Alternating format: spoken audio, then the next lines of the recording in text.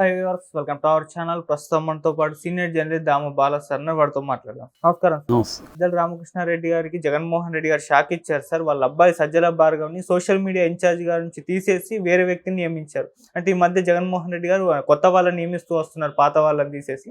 కానీ సజ్జల గారికి ఈ స్థాయిలో షాక్ ఇస్తారని చెప్పేసి ఎవరు కూడా ఊహించలేము. మరి ఏం జరిగింది, మీరేం చెప్తారు సార్?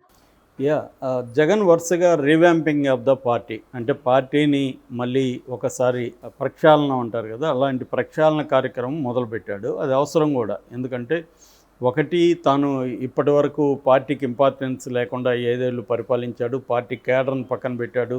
వివిధ స్థాయి నాయకులు ఉంటారు, ద్వితీయ శ్రేణి అట్లా, అంటే సెకండరీ లెవెల్లో ఉండేవాళ్ళు. వీళ్ళందరికీ తగిన ఇంపార్టెన్స్ ఇవ్వలేదనేది జగన్ మీద ప్రధానంగా ఇది. అందుకని జగన్ ప్రధానంగా తన కోటరీలో సీఎంఓలో ఉన్న ధనంజయ రెడ్డి, అట్లాగే అడ్వైజర్గా ఉన్న సజ్జల రామకృష్ణారెడ్డి, వీళ్ళిద్దరి మీద డిపెండ్ అయ్యారు. వీళ్ళిద్దరేమో పొలిటీషియన్స్ కాదు. సో పొలిటీషియన్స్ కాకపోవడం వల్ల వీళ్ళిద్దరికి పాలిటిక్స్ అర్థం చేసుకొని, రకరకాల పొలిటికల్ న్యూయాన్సెస్ అర్థం చేసుకొని డీల్ చేసింది కాదు. వీళ్ళు గ్రౌండ్ లెవెల్లో రియాలిటీ వీళ్ళకి తెలియదు. సో వీళ్ళ మీద డిపెండ్ అయ్యి ఏ సమస్య ఉన్నా ధనంజయ రెడ్డి అన్నకి చెప్పు, లేకపోతే సజ్జల అన్నకి చెప్పు అని జగన్ చెప్పేయడం, వీళ్ళు వచ్చి వీళ్ళకి చెప్తే వీళ్ళు దాన్ని అర్థం చేసుకోవడంలోనే ప్రాబ్లం. జగన్ అర్థం చేసుకోవడం వేరే రకం ఉంటుంది, సజ్జలో ధనంజయ రెడ్డి అర్థం చేసుకునే వ్యవహారం వేరే ఉంటుంది. రెండోది, వీళ్ళు ఫ్రీగా కూడా వీళ్ళతో మాట్లాడలేరు. సో ఇలాగా రకరకాల ఇష్యూల్లో ప్రాబ్లం వచ్చింది. ఇప్పుడు ఓపెన్గానే చెప్తున్నారు. అందుకని జగన్ ఏం చేయాలి, ఇప్పుడు వీళ్ళని ఖచ్చితంగా మార్చాలి. ధనంజయ రెడ్డిని పక్కన పెట్టాలి, సజ్జల రామకృష్ణారెడ్డిని పక్కన పెట్టాలి. పైగా సజ్జల రామకృష్ణారెడ్డి కొడుకు సజ్జల భార్గవ రెడ్డిని సోషల్ మీడియా ఇన్ఛార్జ్ చేయడం కూడా ఎవరికి నచ్చలేదు. ఎందుకంటే అతనికి అంత ఇది లేదు, సజ్జల కోసమే సజ్జలకి ఇంపార్టెన్స్ ఇస్తున్నాడు కాబట్టి చేయడం అనేది. అంటే ఎవరికైనా ఒకరు రాజ్యాంగేతర శక్తిగా కనబడడం అనేది ప్రభుత్వానికి మంచిది కాదు. నిజానికి జగన్ చేసిన తప్పుల్లో అది ఖచ్చితంగా పెద్ద తప్పు. ఎందుకంటే ఇతను మినిస్టర్ కాదు, ఇతను ఒక 1 ఆఫ్ ద 40 మంది అడ్వైజర్లో ఇతను ఒక అడ్వైజర్ సజ్జల. ఆయనకి ఒక పాత్రికేయుడిగా మంచి ఎక్స్పీరియన్స్ ఉండొచ్చు, ఆయన లాయల్గా ఉండొచ్చు జగన్కి, కానీ అంతవరకే ఉండాలి. కానీ కంప్లీట్ అందరి మంత్రిత్వ శాఖల్లో ఆయన ఇన్వాల్వ్ చేసి ఆయన్ని సకల శాఖ మంత్రి స్థాయిలో పనిచేయనిచ్చడం, ఆయన ద్వారానే తను మాట్లాడాలనుకున్నది తను మీడియాతో మాట్లాడాలి తప్ప తనకి మౌత్ పీస్ లాగా ఇతను ఉపయోగించుకున్నాడు సజ్జల్ని. సో అది ఇప్పుడు నేను వెళ్ళి ఒకరితో ఒక డీల్ చేయడం వేరు, నా తరపున ఇంకొకరిని పంపించడం వేరు. సో నేను వెళితే ఒక పర్సోనా ఎఫెక్ట్ ఉంటుంది, దాని రిఫ్లెక్షన్స్ ఉంటాయి. వేరే వాళ్ళు వెళ్ళినప్పుడు అది ఉండదు ఎప్పుడైనా కూడా. అంటే సబ్ టెక్స్ట్ అంటాం అన్నమాట మామూలుగా. సో ఒక మాటకి సబ్ టెక్స్ట్ అనేది ఇంపార్టెంట్ లాగే మనిషి వెళ్ళినప్పుడు అతని ప్రజెన్స్ కూడా ఇంపార్టెంట్. అట్లాంటి తప్పులు జగన్ చాలా చేశాడు. మీడియాతో అసలు ఎప్పుడు ఇంటరాక్ట్ కాకపోవడం, ఏం చెప్పాలనుకున్న సజ్జల ద్వారా చెప్పించడం. అతను జగన్ అంటే జనంలో నుంచి వచ్చిన వ్యక్తి, తను మాట్లాడే పద్ధతి, తను దేనికి ఇంపార్టెన్స్ ఇవ్వాలి, ఏ మాటలో ఎలా మాట్లాడాలి, ఇవన్నీ జగన్కు ఉండే వ్యవహారం వేరు, సజ్జలకు ఉండే వ్యవహారం. సజ్జల ఏదంటే పొలిటీషియన్ కాబట్టి ఇప్పుడు అతను తగిన పర్సన్స్ని పెట్టడం, రాజకీయాలతో సంబంధం ఉండేవాళ్ళని పెట్టడం. ఇప్పుడు భార్గవ రెడ్డి కూడా సోషల్ మీడియా ఇన్ఛార్జ్ అంటే అర్థం ఏంటి? సోషల్ మీడియాకి సంబంధించిన నాలెడ్జి, టెక్నికల్ నాలెడ్జ్ ఉంటే సరిపోదు. ప్రజల జీవితాలకు సంబంధించిన నాలెడ్జ్ ఉండాలి, పాలిటిక్స్కి సంబంధించిన నాలెడ్జ్ ఉండాలి. ఇవన్నీ ఆ కుర్రాడికి రావడానికి టైం పడుతుంది. అతనేమి జనంలో పనిచేయలేదు. సో అలాంటి వాడిని తీసుకొచ్చి పెట్టడం కూడా వ్యతిరేకత వచ్చేసింది. అంటే చాలా విషయాల్ని చెక్ చేసుకోకుండా ఫాల్స్ని ఇంత ప్రమోట్ చేయడం, దానివల్ల నెగిటివ్ ఎఫెక్ట్ రావడం, ఇవన్నీ చాలా విషయాల్లో దొరికిపోవడం, ఇది జరిగింది. అందుకని వ్యతిరేకత వచ్చింది. మామూలుగా అయితే నాగార్జున యాదవ్ని పెడదామని అనుకున్నారు, బైరెడ్డి సిద్ధార్థ రెడ్డిని పెడదాం అనుకున్నారు. కానీ కారుమూరి నాగేశ్వరరావు వాళ్ళ కొడుకు, ఆయన అక్కడ వెస్ట్ గోదావరిలో వైసీపీ నాయకుడు, వాళ్ళ అబ్బాయి కారుమూరి సునీల్ కుమార్ యాదవ్ని దీనికి ఇన్ఛార్జికి పెడుతున్నాడు. ఆ అబ్బాయి ఎప్పటి నుంచో సోషల్ మీడియాలో యాక్టివ్గా ఉన్నాడు, పొలిటికల్గా అండర్స్టాండింగ్ ఉంది, బీసీ కులం నుంచి వచ్చాడు. కాబట్టి అతను కరెక్ట్ క్యాండిడేట్ అని జగన్ ఇప్పుడు అతన్ని పెడుతున్నట్టు. ఎందుకంటే ఇప్పుడు social media very very important జగన్కి. ఎందుకంటే తెలుగుదేశం కూటమి బలం ఏంటంటే మెయిన్ స్ట్రీమ్ మీడియా చాలా స్ట్రాంగ్ తెలుగుదేశంకి ముందు నుంచి కూడా.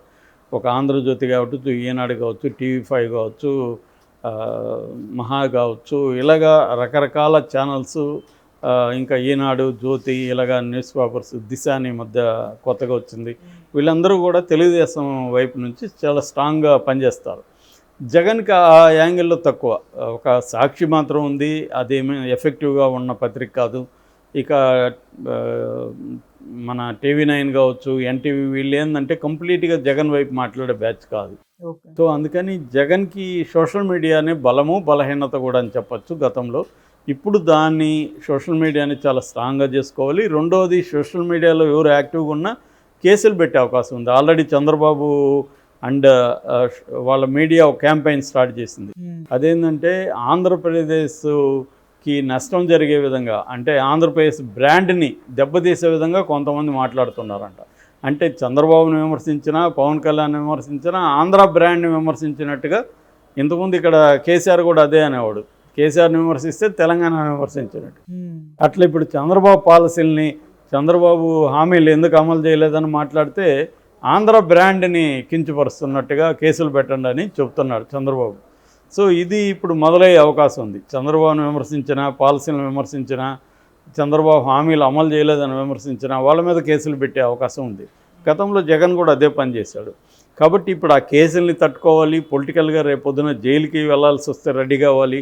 ఇలాంటి వాళ్ళే సోషల్ మీడియాలో ఉండాలి. ఇలాంటి వాళ్ళతో పాటు వాళ్ళకి ఇతర క్వాలిటీస్ కూడా ఉండాలి. రెండవది, ఒకసారి ఎవరైనా జైలుకి వెళ్తే ఇమీడియట్గా రీప్లేస్ చేయడానికి ఆల్టర్నేటివ్ టీం కూడా పెట్టుకుంటూ రావాలి ఎక్కడికక్కడ. అంటే సెకండరీ స్థాయి టీం కూడా బలంగానే ఉండాలి. ఒక ఫస్ట్ లేయర్ అరెస్ట్లో జైలుకి వెళ్ళి వాళ్ళు రావడానికి టైం పడితే సెకండ్ లేయరు ఇమీడియట్గా తీసుకోవాలి. రెండోది, అగ్రెసివ్గా వెళ్ళాలి. మూడవది ఏంటంటే ఏదంటే అది చేసేయకూడదు. జనంలో దీని రిఫ్లెక్షన్ ఎలా ఉంటుంది, ఇదంతా కొంత ఎక్స్పీరియన్స్, స్టడీ, రీసెర్చ్ ఇవన్నీ ఉండే టీము ఉండాలి. అది ఇప్పుడు జగన్ ఆ పనిలోకి దిగినట్టుగా తెలుస్తుంది. కారుమూరి సునీల్ కుమార్ యాదవ్ అని పెట్టారు. సో ఇది ఇంపార్టెంటే. నిజానికి జగన్ చేస్తున్న దాని పట్ల వైసీపీలో కొంత పాజిటివ్ ఇదే ఉంది. అంటే ఇది ఇలాంటి జగనే మాకు కావాలి, ఇలాగ పార్టీని, కేడర్ని పట్టించుకునే జగన్ కావాలని. సో ఈరోజు కూడా జగన్ మన నంద్యాల విజిట్కి వెళ్తున్నాడు. ఎందుకంటే అక్కడ ఒక అతన్ని చంపేశారు కదా. సో ఇలాగా అంటే ఒక రకంగా నేను మొన్న కూడా చెప్పాను, చంద్రబాబు జగన్కి ఆయుధాలను అప్పగిస్తున్నాడు. వాళ్ళ కేడర్ని, వీళ్ళ కేడర్ చంపడం వల్ల, దానివల్ల అనివార్యంగా కేడర్ జగన్ వైపు వస్తారు. ఎవరైనా జగన్ పార్టీలో జగన్కు దూరం అయ్యేవాళ్ళు, జగన్ పట్ల అసంతృప్తి ఉన్నవాళ్ళు కూడా ఇప్పుడు జగన్ వైపే ర్యాలీ అవుతారు. జగన్ కూడా దాన్ని ఉపయోగించుకొని స్ట్రాంగ్గా జనంలోకి వెళ్తాడు. ఎప్పుడైనా కూడా అధికార పక్షం వల్లే ప్రతిపక్షానికి ఆయుధాలు ఇస్తుంటారు. జగన్ కూడా గతంలో అలాగే ఇచ్చాడు. ఇప్పుడు చంద్రబాబు ప్రభుత్వం కూడా అలాగే అనేక ఆయుధాలని ఇస్తూ ఉంది. దాన్ని ఎలా ఉపయోగించుకుంటారనేది ఇంకా వాళ్ళ మీద డిపెండ్ అయింది.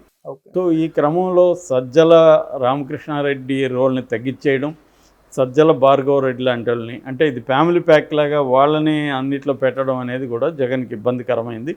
అట్లాగే వేరే వేరే ప్రాంతాల్లో కొంతమందిని, ఇప్పుడు వైజాగ్లో వెళ్ళి ఎస్వి సుబ్బారెడ్డి డామినేట్ చేయడం, చెవిరెడ్డి అనేక చోట్ల పోయి డామినేట్ చేయడం, ఇలాంటివి కూడా ఇబ్బందికరంగా పరిణమించాయి.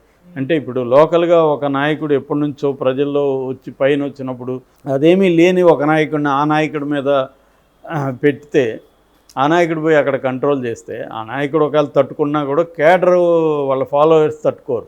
వాడెవడో, వాడికి ఏం సంబంధం అన్నా వాడొచ్చి నిన్ను కంట్రోల్ చేయడం ఏంటి అని అనుకుంటారు. సో ఇటువంటి అంశాలన్నింటినీ జగన్ ఇప్పుడు పట్టించుకుంటున్నట్టుగా తెలుస్తుంది. ఎందుకంటే ఇప్పుడు రివ్యూ మీటింగ్లు వేసుకుంటున్నారు, ఎక్కడికెక్కడ ఓటమికి కారణాలని వింటున్నాడు జగన్, ఇటు కేడర్తో మాట్లాడుతున్నాడు. దీనివల్ల ఏమవుతుందంటే ఎక్కడ మనం మిస్టేక్స్ చేశాము, మన వైపు నుంచి ఏం తప్పులు జరిగాయి, దీన్ని ఎలా కరెక్ట్ చేసుకోవాలి.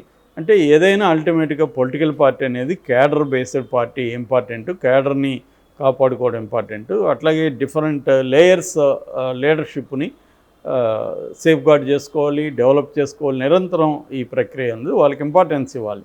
ఇప్పుడు ఏంటంటే తెలుగుదేశం వాళ్ళు చాలా అగ్రెసివ్గా ఉన్నారు, వాళ్ళు దాడులు చేస్తున్నారు, కేసులు పెడుతున్నారు, కొన్ని చోట్ల ఫైనాన్షియల్గా దెబ్బతీస్తున్నారు, కొన్ని చోట్ల ప్రలోభాలకు గురి చేస్తున్నారు. దీన్నంతా వీటన్నిటి నుంచి జగన్ తన కేడర్ని, పార్టీని సేఫ్